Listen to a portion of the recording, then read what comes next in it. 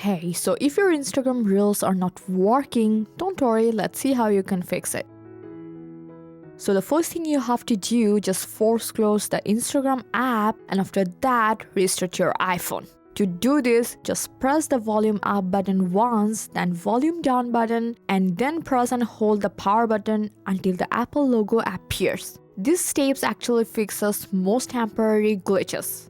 Once your phone restarts, now check your reel working fine or not. If it's still not working, just check your internet connection. Whether you are using Wi-Fi or mobile data, make sure it's working properly. If you're connected to Wi-Fi but it's unstable or slow, switch to another Wi-Fi network.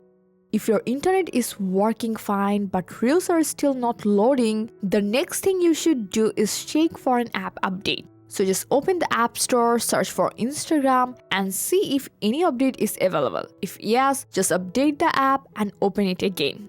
But if the issue still continues, try offloading and reinstalling the app. So for that, from your settings, then general, and from iPhone storage, you have to find Instagram. Now go for Offload app. This will actually clear cache data and fix most app-related glitches. So after offloading, reinstall the app and log in again. And now from your account, just see the Reels is working fine or not.